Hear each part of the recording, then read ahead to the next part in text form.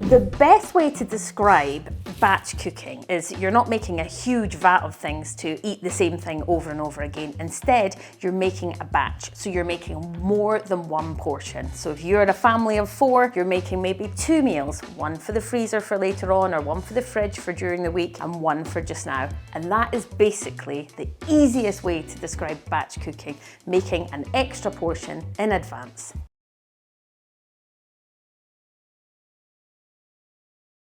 If you want to start batch cooking, the very best thing to do is just take a meal that you already eat as a family or as a couple all the time. Say something as easy as spaghetti bolognese and you think, right, I know I love that and I know I can freeze it, so I'm going to make it in a double or a triple portion and portion it out and put those other portions into the freezer for another day. That is as easy as it is. If you only do it once a week, then the next again week on that night you don't need to cook, and then the next again time you might think, okay, what else do I eat as a family? Okay, we always have a chicken curry, maybe I'm going to make a few portions of them and put a few in the freezer for later on, and you are batch cooking. That's how easy it is.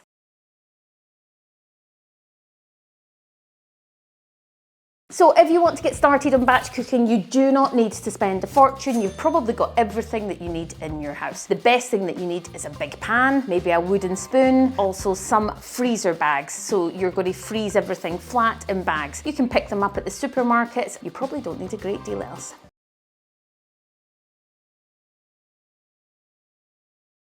Okay, so if you don't have a big freezer and you've only got a little drawer, you can still batch cook if you freeze flat. So I've got some here that show you if you put things in bags and you just push it down flat and seal it, then you can stack them up like library books. That's a soup for 1 or 2 people, really frozen flat. Again, this one is a pie mix, so rather than freeze a big pie, I can just freeze the mix and a little roll of ready roll puff pastry on the side. It's going to freeze in so much smaller amount of space. They don't take up much space at all.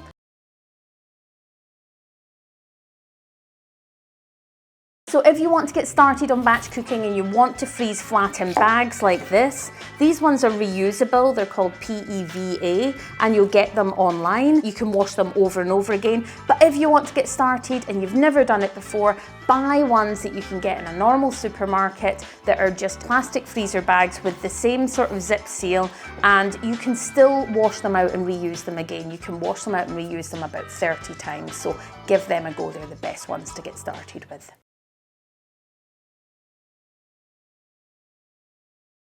So if you've batch cooked a meal and you want to put it in your freezer for something that's cooked like a soup or a pie or anything that's meaty in a sauce, then you've got about 3 months to eat that meal. So that's quite a long time. You've got 12 weeks. If you're past the 12 weeks, there will be nothing wrong with that meal. You can still eat it. It just starts to dry out more, and so the flavour is not quite as good after 12 weeks. But if you've had stuff in your freezer for longer than that, don't worry, you can still use it.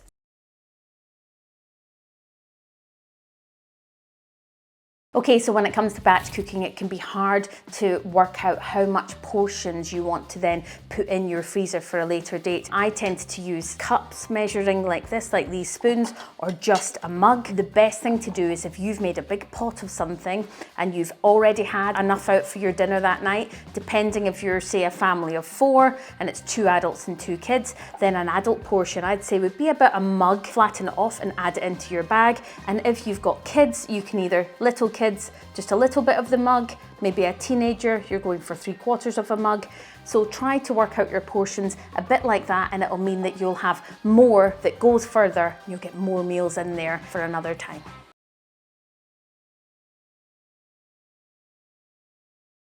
So if you have made like a big batch of spaghetti bolognese, or maybe you've made a curry or something like that, and you want to put it in your fridge for later on in the week, then have a think about different ways that you can use that. We might have spaghetti bolognese one night, and then the stuff that's in the fridge, I'll take it back out. I'll maybe add in a tin of kidney beans and some chili powder, and I've made chili, I can serve it with rice. It's a whole other meal. And then think about how you want to serve it as well. So sometimes you might serve chili on the top of rice and it feels like quite a big evening meal, but other times if you've just got a small portion left, you might want to serve it on the top of a baked potato with some cheese, and again it feels like you're serving something completely different, but you're still using up that same meal at the end of the day.